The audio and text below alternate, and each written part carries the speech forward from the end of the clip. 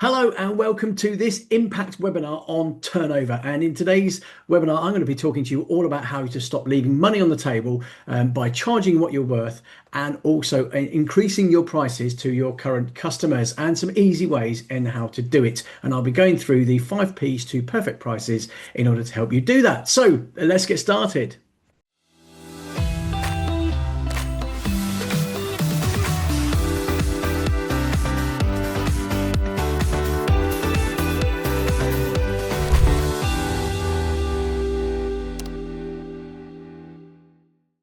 So hopefully now you can see my screen. So I say welcome along to the impact meeting on turnover and stop leaving money on the table. And in this session, I'm going to talk to you about a course that I have created called the 5 Ps to Perfect Prices.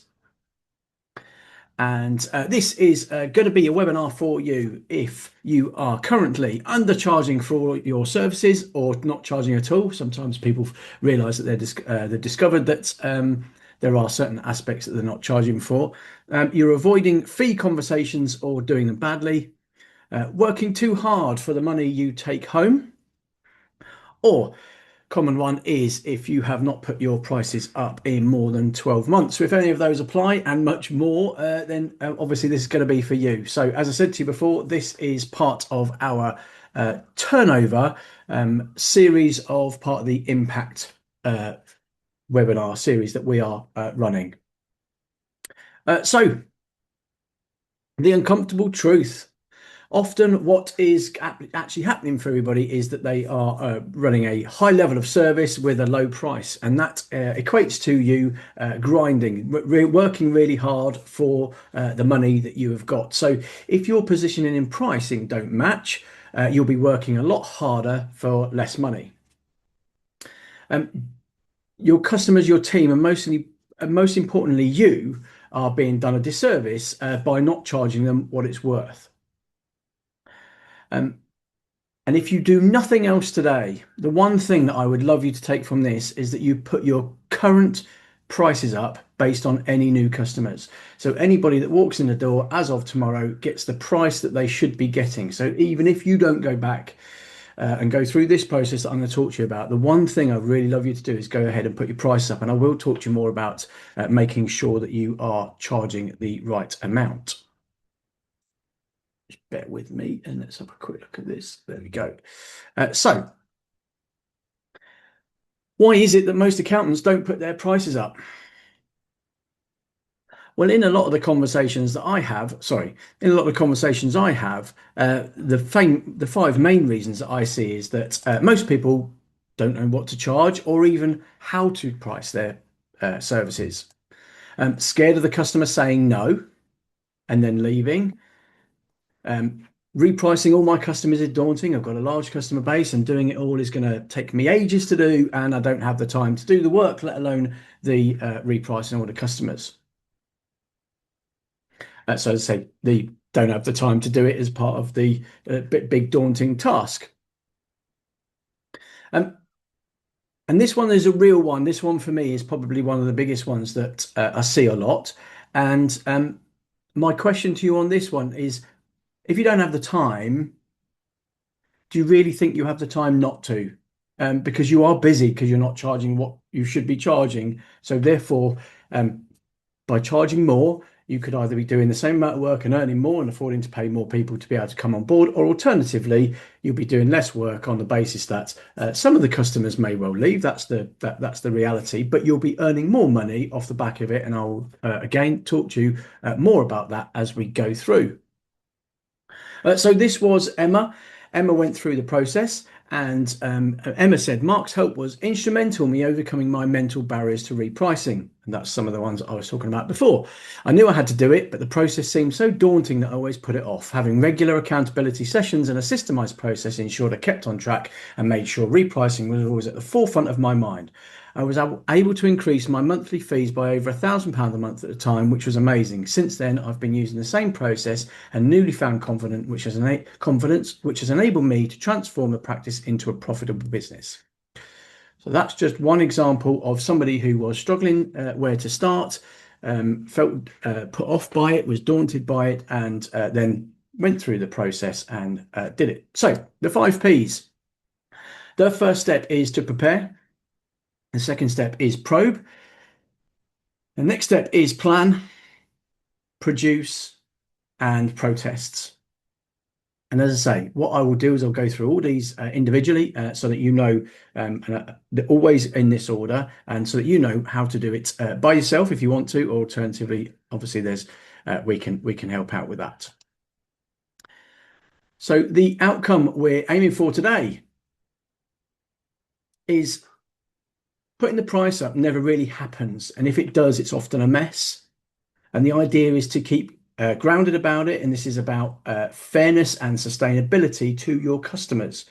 So the idea that you're putting your price up, it shouldn't just be about what office you've got, what overheads you've got, how much things have gone up, electricity, gas, all that kind of stuff. It should be about the fairness to the customer to being charged the value of what they're receiving, and also the sustainability of the service that you provide. So we are aiming for not just putting the prices up. We are looking to get paid properly for what you already do and earn more doing the same work. And as I said before, or in most cases, less work. So let's just get started with that. Bear with me a second. Let me just bring that up, make sure we've got no questions. There we go. So the first step is prepare. And during the prepare stage, what we're going to do is we're going to, as I said to you before, the first step is to update your current pricing. If that's the only thing you focus on and you get done over the next 7 days, that would be, for me, ideal. And the reason why we put the prices up for new customers first is because there's way less emotion. So you don't know the person that's going to walk through the door next. So therefore you can't judge, which is what we all do, on what they can afford, what they can't afford, what they're prepared to pay, what they're not prepared to pay. So creating your price list for brand new customers is going to help you. Once we've done it, go back through and have a look at the difference between what your customers should be paying you, but also it's going to take the emotion out of it, because what we do is we put our price up and we go, oh, the back of our heads will go, oh, ABC Limited won't pay that, so I can't put my price to this. Whereas if you do it for a brand new customer, the idea is the emotion is a lot less, and you are more likely to be charging what you're worth, which is that updating your existing prices, charging what you're worth. And one of the important things here is as well is don't compare yourself to others. So there's a lot of questions in the group, in the WhatsApp groups and Facebook group, about what people are charging for this service and that service. Now, the danger here is there's location, there's size of business, there's how they run the practice, there's all different aspects of this. It's okay to get an idea, but it's not necessarily okay to compare your prices against somebody else because of the different variables. And I often urge people, when we're doing this process, is to not ask the question, because the first thing they want to do is go away and ask somebody else what they're charging for a particular service. Next part of this is winning 90% of proposals good. Now, as practice owners, your first skill is going to be as an accountant, I would imagine, as opposed to a salesperson. So if you win nearly all of your proposals that you send out, it's often not because you're amazing at sales. It's more likely to be that you're too cheap. You still want a healthy level of no's. And I would say that around 40 to 60% of proposals being accepted is a healthy amount. And when I say that, what I'm talking about is you could have 90%, but often it's after a second conversation. So where you're really explaining the value. So somebody will come back to you and say, oh, it's a no from me because we can get this service down the road from 123 accounts, and they're much cheaper, so we're going to go with them. And then you can have a conversation about value and how they're comparing you and what services they're providing, because most of the time there is a disparity on what service they're receiving, and obviously the most important thing is talking about the pain. So again, another question that often get asked is how do I determine how much to charge?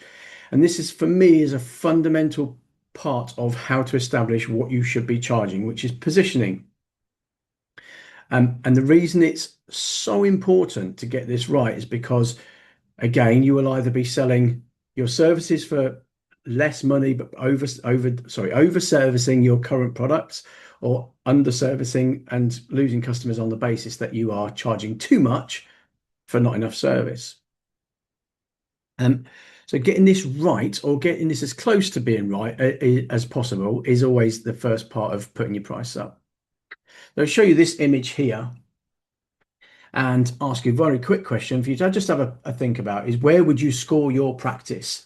Would you score your products as a high level, medium level, or low?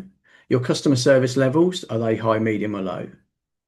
Your brand or marketing. Now, this is not the money you spend, it's the type of person you are trying to attract. So therefore, if you're marketing your services at high end, then it would be high, medium, or low.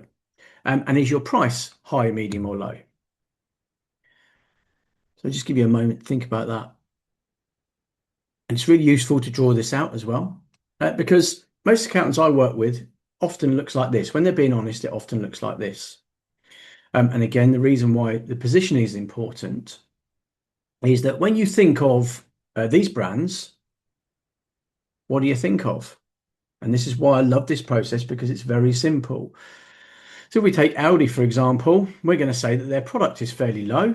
Their service is low. My understanding, they don't even have toilets in their supermarkets. Their brand and marketing, they don't say this is not a ordinary pork pie, this is an Aldi pork pie. They are talking about price all of the time. So their brand and marketing is all around price and low end, and their price is low end. And then we move over to Asda. And I would say, again, they are across the middle on their product, service, brand, and pricing. And then we go to Waitrose. And we would typically put them roughly at the high product, high service, high brand and marketing, and high price. It's really important to pick a straight line. But if there's anyone's in doubt, you'll see from this slide, all three companies make a lot of money. So they make money because they stick to their positioning really, really well. They started advertising. If Aldi started advertising deluxe products, they would probably lose some of their market share, probably to Lidl and the other low end supermarkets. I mean, it works across all industries. This is the airline industry. And again, if I show you those three images, you know exactly what it is that you're going to get from each of those, because they are pitched perfectly. You're not going to get a luxurious flight to New York on an EasyJet flight. In fact, with EasyJet, I think you're lucky to even get to your destination for 30 quid. I think it's a reasonable assumption that you might not. But you know the level you're going to get on each of these. So now I'd like you to have a think about where you'd like to be. And as I said before, this is not about comparing yourself to other people. This is not about have to be at the top, because there are a lot of successful accountancy practices that have got a line across the bottom and they're making money. Now, they might have a high churn of team, they might have a high churn of customers, but they are still making good money for what they do, because that is what they offer.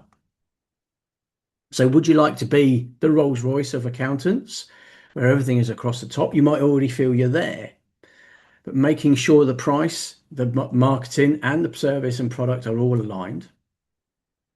Or do you want to go bottom, or even possibly middle of the road? So before you put your prices up, have a think about where it is you want to be and price accordingly. But also, this is going to help you market to the right people as well. So step 2 is probe. And this is the bit where most of the work will come, and it will feel as though it's a lot of work for not a lot of gain. But there is a reason for doing it, or several reasons for doing it, which I'll go through. So the first thing you need to do is create a list of your current, once you've got your prices and you want to go ahead with doing your price increase, your new prices, you need to create a list, because that list is going to give you the thing that's been missing. So most people don't put their price up, as well as all the other things that I said before, but also because there is no motivation to do so. They don't know what it's going to look like. There's no clarity on what it's going to look like. So therefore, my version of this is to create your motivation number. You can eliminate all the reasons not to put your prices up, the obstacles that we put in the way before, by getting this number, and I'll show you that. So you can create a very, very simple spreadsheet that looks a bit like this, and I'll explain as we go through why each of them are important. Obviously, customer, that's self-explanatory, what they're currently paying you. The next field can be as simple as, is there any unpaid services? So are you doing anything for them that you should be paying, to the point of, if you're currently charging them for 5 payrolls and they should be paying 10, that for me is an unpaid service. If they've got a higher turnover because you haven't put their price up for 5 years, a higher turnover, so they might be in a higher bracket for you, that's an unpaid service. They are using more than what they're currently paying for. That just requires a yes or no, or you can fill it in much more detail and put what it is. And then you need to run them through, if you've got a system, a pricing system or a proposal system, you can put them through and base them on your new fees that you've updated from our previous conversation about updating your current fees. Year-end date, this is important if you are going to only do your price increase at year end every time you have a conversation. And again, I will come back to that because somebody actually asked about how often they should be done. So say customers down one side, what they're currently paying, any unpaid services, what the new fee should look like, and their year end date. And you'll see we've got a total at the bottom in both the columns.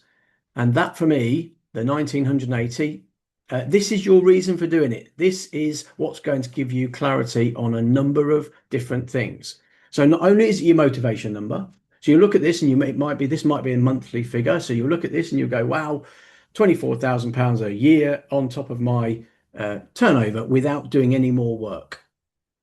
But the reason why this step is so important not to miss, I have lots of conversations where the price increase stalls. And the reason it stalls is because of loss of confidence. Somebody's replied back and said, oh, it feels a bit high. People have said, I'm not paying that, I'm going to move on, things like that. Now, what this can do, and what we can do, what I would do at this stage, is have a conversation that pulls them away from this and says, okay, so if everybody else accepts, or how many people, this is a real life conversation. I had a conversation with someone where they rang up and they said, I've got a problem with 2 customers. One has sent an email saying they don't want to go ahead. Another one has phoned me or sent me a message. I was like, send me the email and I'll have a look at it. First off, they're so emotionally involved. The email didn't say they didn't want to go ahead. They just asked for confirmation of what it covered. So again, because people are emotively involved, they're not taking a step back and really observing what it is that's going on. The second one was a no. But what we managed to work out is they'd already done 20 or 30 that hadn't been gone against. So therefore, we had a current number of how much it was worth to them against the one that they lost. Now, I believe at the time they were about £7,000 a year up, and they were losing one that was about £1,400, which incidentally, the customer had also told me how much of a pain in the backside this customer was. So therefore wasn't that worried about leaving it. So what we worked out was about £5,500 up and still doing one less customer. So doing this sheet is really important. Another conversation I had with somebody was, I'm getting stuck. I'm worried I'm losing people, this, that, and the other. And I said, where are you at with this sheet? And they hadn't done the sheet at all. And therefore they weren't able to go back and check check on the numbers. And being accountants, this is your thing. It's a spreadsheet. It's going to give you all the information, but it just takes the emotion out. And this is a very emotive process and subject, putting prices up, because there is a lot of fear around it. Just while I do this, this was a message we had in the bounce group from somebody that had done it. Almost all price increase emails have gone out. Only 2 queries so far. No one has left yet. Did 4 proposals this week, 3 in 1 day as a record. And I asked them if they could share how much it was worth, and it's £7,500. So again, the motivation was there. They knew what the motivation was, and that was what it turned out to be for them. And without this information, you are just stabbing in the dark, and you don't know what it is that you need to do and how much you're going to gain from it. Because most people just go, can't do my price increase. Everyone will leave when they don't know that for sure. And you'll also be able to work out your average customer value, how many you can afford to leave if you really want to look at it negatively, before you start losing money. So I think we worked out with somebody who was determined to look at the negative of it, and we realized that they could actually lose 10 customers from their price increase, and it would make no difference to their current turnover, and they would be doing a lot less work. They'd have put their price up to what they should be charging, and so therefore any customer coming in the door the next would be paying them the right amount. And most importantly, the thing that I always talk about is value them. It's not about paying the right amount, it's value their service. This was another one. Tom had lots of customers been going a long time, but hadn't done his pricing for a very long time. And this was during the process. As we go through the process with our new detailed pricing tool, picking up everything we do and pay for on behalf of the client. So this again is unpaid services. So Tom had worked out that some of his customers had software that they weren't paying for. Some of them had increased on their turnover and not been charged the next bracket up, all that kind of stuff. So the average increase to the fee quoted is £500. Therefore, this is potentially £100,000 of untapped revenue. Another way of looking at this is if only 144 of the 200 accept the price increase, the practice will be in the same place financially, but with a much less stressed team and business owner himself, and looking after our clients in a way that will make us proud. So step 2 is absolutely important to get right, because, or to, at least to do, because it will going to give you the clarity you need.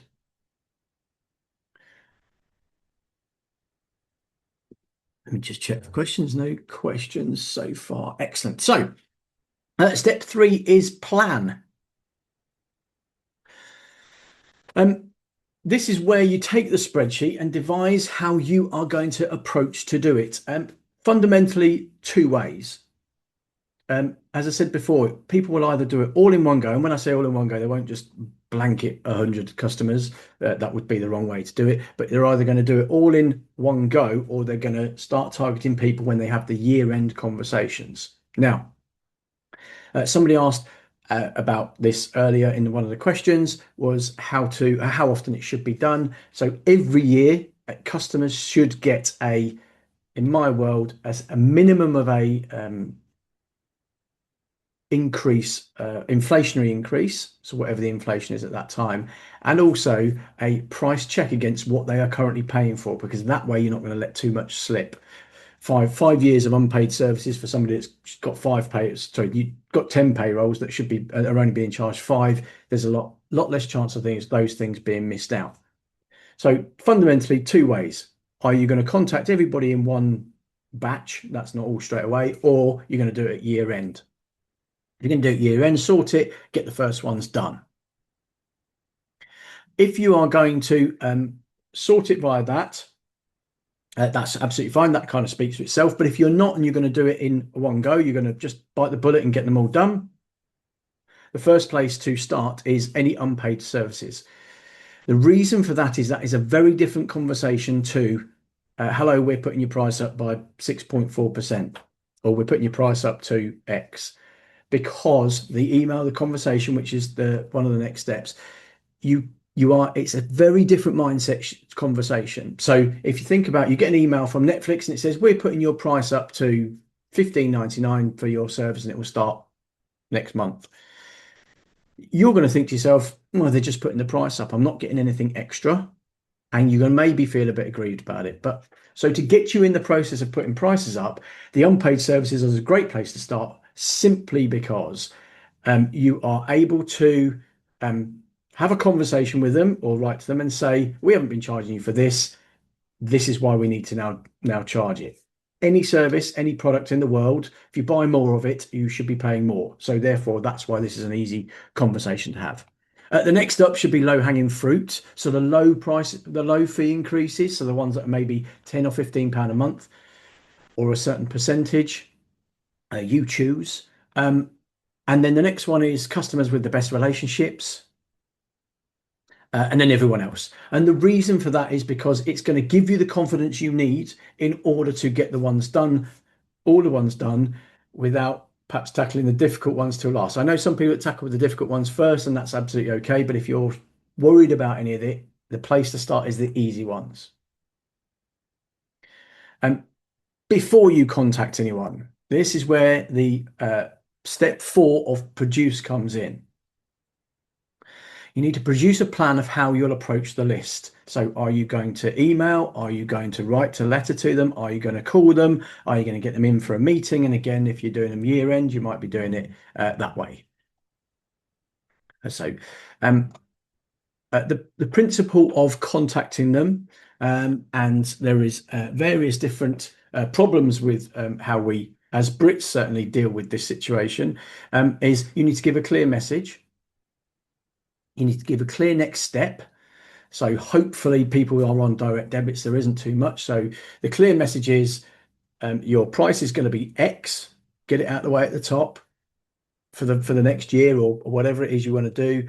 Then it's don't worry, you don't need to do anything. Clear next step. What they need to do if they need to do anything. If they need to alter their standing order, you need to give them the clear next step of changing that. If they don't need to do anything, that's it. You need minimal back and forth. So you need to think about any questions that might come off the back of it, because of it's just easier to get a yes than backwards and forwards. And most importantly, avoid apologizing and over explaining. Now, I can't remember how many it is, but I think on average a Brit apologizes 8 times a day, and I see several apologies in a email that's going to a customer to put the price up. And the biggest one is the one that comes at the bottom that says, if you'd like to discuss this, please call me. They're gonna call you if they want to discuss it. But by putting something like that at the bottom and not being assumptive with what's happening, you assume it's going to happen and you assume it's going to be okay. If you prompt them to, they're going to have, it's just giving them an excuse to have a problem with it. So the decisions you make up front need to be, is it going to be a phone call or an email first? When does the change take effect? And how will they pay? And you need to make it as easy as possible. And as I say, whether you're having a conversation with them face to face or over the phone or an email, all of that needs to be in there. The number one tip that I have for writing any of these or having any of these conversations is find the pain they had and how you solved the pain. So when they came to you, so this is about finding the value. When they came to you for 9 times out of 10, they came to you for a reason. Even if it was a referral, even if they're a brand new business, they still came to you because they were scared of something or because something had gone wrong with their previous accountant. There is a reason. You need to have that in your armory when you have a conversation with them. Once you've got that, it's much easier to have a conversation because it's like, oh, I don't think this is worth it. Okay, well, when you came to me, the reason why you came to me was because your current accountant would never answer your phone. We've never not answered your calls. We answer within 24 hours. Any information you request, we give it to you within 24 hours, 48 hours, whatever it is. And that's the value you're paying for.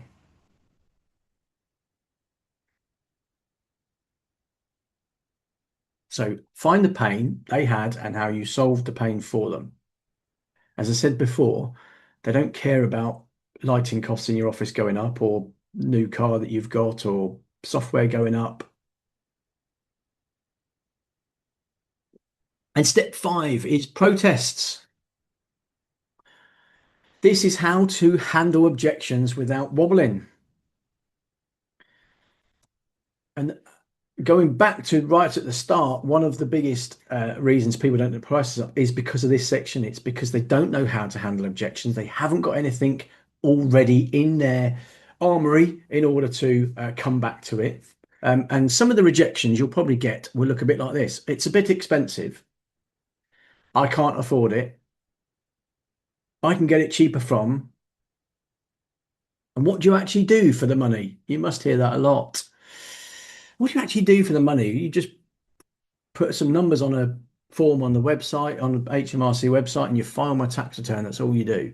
You know it's deeper than that, and that's where you obviously have to have a conversation. So, how to handle the rejection. So if someone says it's a bit expensive, just fire back, how much is a bit? Has anyone ever asked you that question and has it thrown you off? So when that was, we had a speaker at one of our mastermind events called, no, sorry, Smith. Well, have I forgotten his name? Anyway, very good speaker. Why I don't remember his name. Anyway, he talked about negotiation. One of the things that people don't expect is a question like that. So what is a bit? Because people use that phrase, it's a bit expensive, seems expensive, because it's the only words that they think they can use in that situation. So by firing back what is a bit, you're asking them to define it. So therefore they'll wobble a bit and put the wobble back on them. And they'll go, oh, well, maybe £10. You might then agree that, okay, well, I'm going to put it up by 140 quid instead of 150 quid. £10, neither here nor there. But you're going to get a number out of them. So you can work with a number and explain what it is that they're getting for that extra £10 or whatever it is. Can't afford it. Okay, what can you afford? So again, that question is that statement, I can't afford it, is not thought out. It's an instant reaction that they have that they'll throw it. So what can you afford? Throw it back to them. And they'll probably say what we're currently paying. And you can then have a conversation, which will come later on, about tradables. But another line which I love is, we won't always be the cheapest, but with us, you will always get. And again, that goes back to the pain. And as I said, explaining the pain is going to reinforce that. It's going to take them back to a time when they felt what they were getting from their previous accountant wasn't enough. So the fear of not being able to afford to pay the wages because they didn't know how much they had, and all those different things that they might have come to, all the different reasons. So this was just a comment from Mark about this particular feedback. So basically, Mark, I'd had a conversation with Mark because he'd got some feedback from the customer, some rejections. He said, "Thanks, Mark. I take on board what you're saying, and I need to explain the value to her because he'd missed that. Plan B, if she doesn't want to pay the amount or cannot see the value, then the fee of 1,380 is to firstly suggest she removes a few surges. Failing that, would let her go and replace her with other customers." So he's taken the step to ask for support because he's struggling, and then spoke to the client this morning and followed Mark's advice, apologised for not explaining the value of the services. So again, a really important one in there is apologising to somebody, takes them off the defensive straight away because you're accepting responsibility. So explained the value of the service he was receiving and went through them with her line by line. Also explained why the fees had increased and the areas where she had either been undercharged or not charged at all in the past. Again, going back to giving absolute clarity, and this conversation should have been different at the start because he should have been talking to the customer about that at the beginning.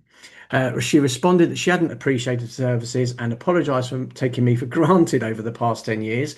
We established cost was her issue, and I suggested a reduction in the services provided, in particular the management accounts. She let slip that she was merely reading my overall overview emails and then filing the accounts. So we decided she was not getting any value from the service, so she would remove this going forward. Outcome, happy client, higher fees and less work. So again, this is typical of what we see. Just again, check for any questions before we move on. So that's your 5 steps. And now for some bonuses. You'll have seen this a lot in the industry about discounts and should you discount? And from me, categoric no. But you could trade, which is what I referred to earlier on. And again, this is somewhere where you have a list of things that are tradable against something that where somebody wants, it's a bit too expensive. And then they say to you, oh, I could go to 150 instead of 200 from 100. Okay. So you can ask the question, would you like to discuss ways in which we might be able to make it cheaper? Which was kind of the question that Mark had asked his customer. And if they say yes, which undoubtedly they will if they're struggling with the price, you need to have a list of tradables that you are prepared to trade. And again, the tradable is important, the fee not so much, because you should be able to adjust it depending on who it's for. But you might want to decide that if you're going to charge them £3,600, but if they pay for it all up in one lump sum, you do it for £3,200. Might be worth it more to you. Again, these are all just generic ideas. They may suit you, they may not, but what you need to do is have a think about what would suit you and then make your list according to you. Send me qualified referrals. And when I say qualified referrals, they have to know what it is you're looking for, because you don't just want, if you don't do tradespeople, you don't want a whole load of tradespeople for money off. Won't work.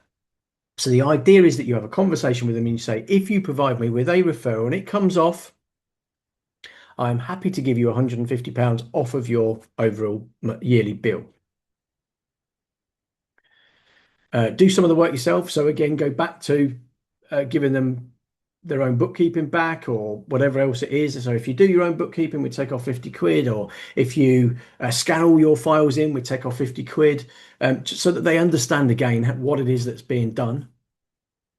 Some people might be poor at sending the information by the deadlines, in which case, and I've seen it before, there is, not my words, a customer of mine has, or in fact, two customers I know of, call it the twat tax. And so therefore there is a extra fee on because they never send anything by the deadlines and they're a pain, but they're worthwhile because of what they pay. So if they then agreed to send information by the deadlines, you could knock some money off. And you might ask them to sign a 3-year contract. The list is ongoing. It could be Google review. It could be advertising. If they run a magazine, they could advertise your business in there. Or if they a sports team or a venue, they could have a banner up for you. The list is endless. But I know somebody has a deck of cards, 52 cards with ideas on that they use all the time. So they've got 52 of them. If you're going to trade, the first part is go back to what I was saying about the referral, is you don't give them the money off until you've had that, because getting the money off them if they don't do it by the end of the year is a lot harder than giving them it back or reducing their invoices for the last few months or however it works. But the most important part is on your invoice, you absolutely must put the full price. So if you've agreed £1,000 with them and then there's a tradable, the price needs to have on the one line £1,000. And then in this case, it was 2 qualified referrals, so £250. It needs to be on the invoice, because otherwise you start next year's negotiation from if this says £750, you're starting next year's negotiation from £750, not from £1,000. And just because the 2 qualified referrals thing worked last year doesn't mean it's going to work next year. So therefore, you're starting at the right price. People anchor numbers all the time. So the important thing is to make sure you anchor the value of £1,000, not the 750. Far too many people put service as per agreed, 750 quid. And then therefore, when you start negotiation, if you put your price up to 1,200 quid next year, that's a £450 difference between this year and last year in their head. So I have a 7-day challenge for you. I'd like to do is review your new customer fee. Create your spreadsheet, and as I say, just start it. Get as good a guess as possible if it's going to be a quicker way to do it. Once you've done that, I want you to review your motivation number, because that is going to encourage you to get going with this process, the one that you've been putting off for a long time, and really make sure that you are earning what you're worth. And remember, if you do nothing, nothing changes. And the momentum comes from the first five conversations you have or the first five emails you send, because these are going to be the ones that are going to fill you with confidence and spur you on to do the next one. And I'd love some feedback on it. And if you've got any questions, we can certainly answer them today, or alternatively, contact me outside of this. So what I shall do now is I shall open up the floor to any questions. And if there aren't any questions, what I will do is I'll just go through the questions we've had already. Bear with me. There we go. So Sharon has asked, she asked two questions fairly similar. I'll just double check that. How do I price legacy clients who are on low fees, and how do you increase prices for legacy clients when at the time of the startup of your business, you were just grateful for a client? So hopefully within that, I've answered it. Get the spreadsheet up, get your motivation number in there, and work out what it is how you're gonna approach them. But ultimately, you can apologize for it, don't put your price up, but you have got away with it. And that's the subtle version of that should be what you talk to them about. So if in fact, one customer I had, what we did was we actually went through inflation, national inflation charges over 5 years, because they hadn't put the price up for 5 years, and worked out what the difference was, what they would have spent had they put their price up by inflation. And that was actually really good for a couple of people. That was a really good indication of, you'd have been paying this by now. It's our fault. We accept it. We're not going to backdate it. The line I love. Don't worry, we're not going to backdate any of these charges. But I should have been charging you this from the outset. This is your new price. So Tony asked, how often should you review fees? So one of the processes that I would always suggest to anyone to do is once a year, pick a date, put it in your practice management system, put it in your calendar, whatever it is, review your pricing, your standard new customer pricing. And then if you're then going to do that, you can increase everybody's price by inflation over that period. Or alternatively, what you can do is, if you're then going to move people to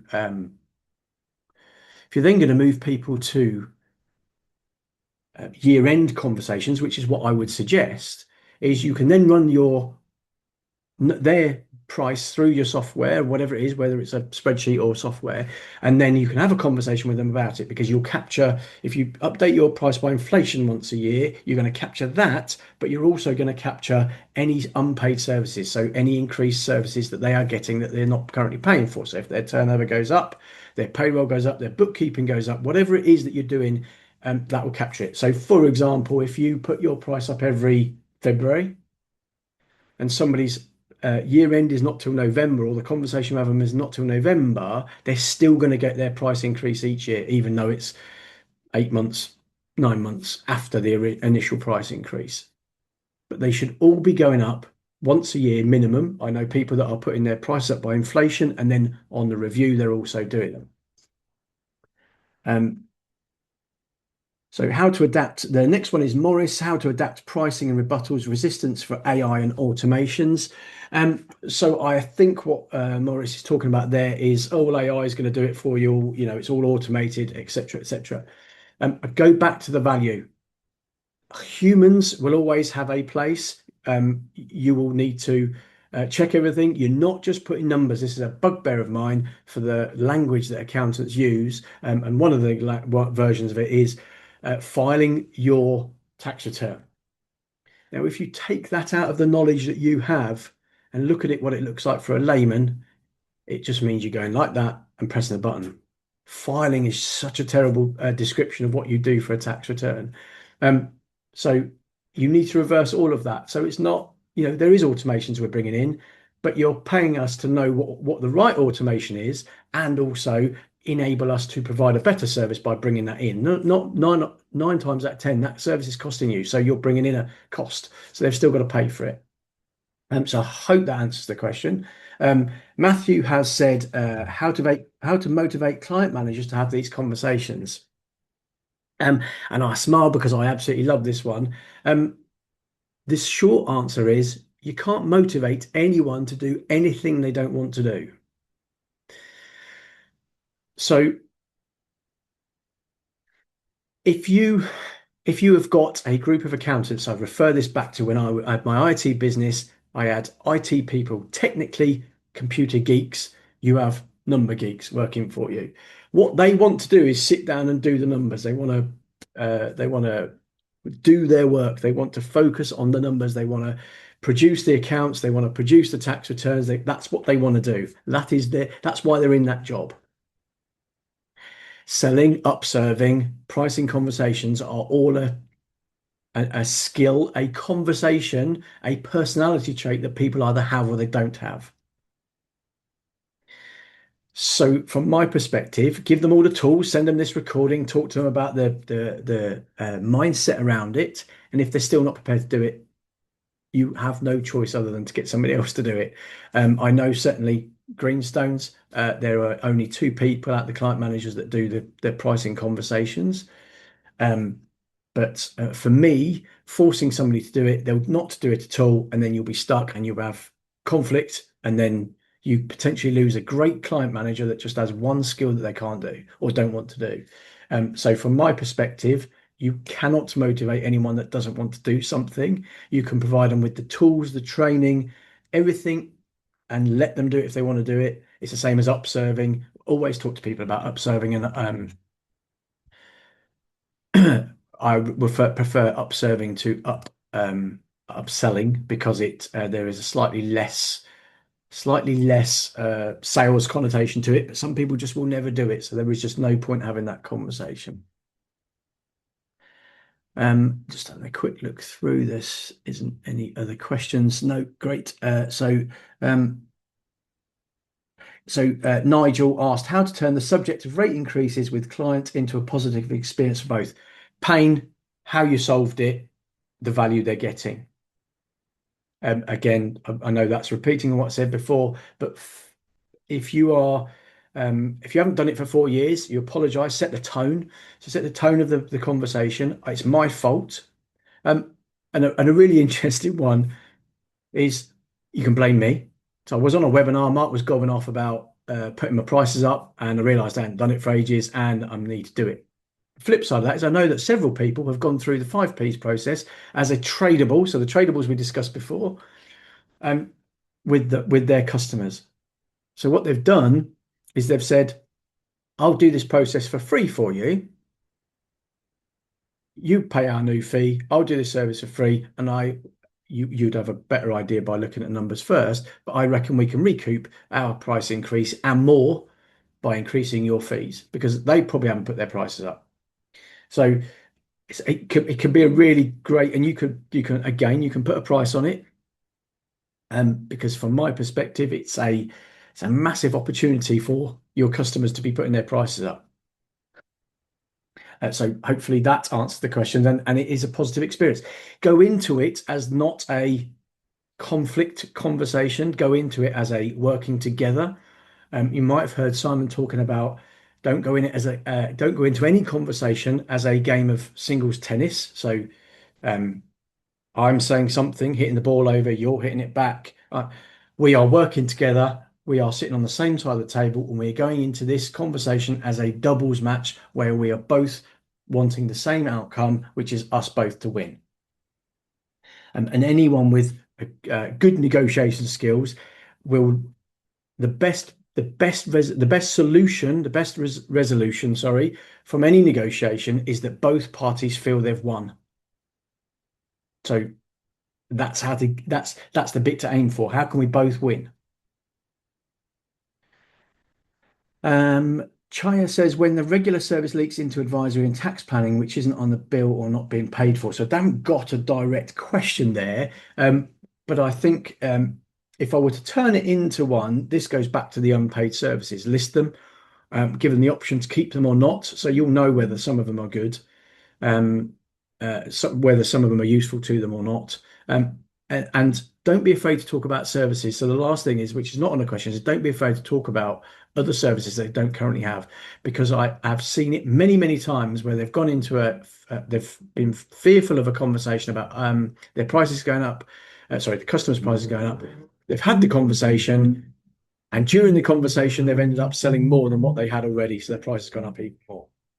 And so from my perspective, just don't be afraid to have that conversation. That's all the questions I have, I believe. Yes, it is. So if anybody has any further questions, if not, I can end the call and we can all go and get our prices increased. Has anybody got any questions at all for me before we finish?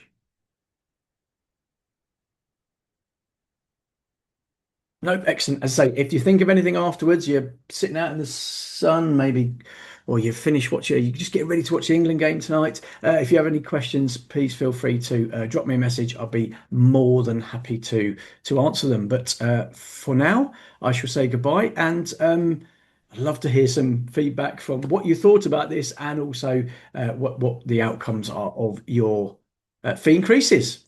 So thank you very much for joining us, and I'll speak to you again soon. Thank you for watching this webinar on how to stop leaving money on the table and to charge what you are worth. If you found it useful, please comment and like the video. And if you want to hear more about what we do, please subscribe to our channel. And you should be seeing on this video somewhere below what we would recommend you watch next in order to help inspire, challenge, and support you to be the best you want to be.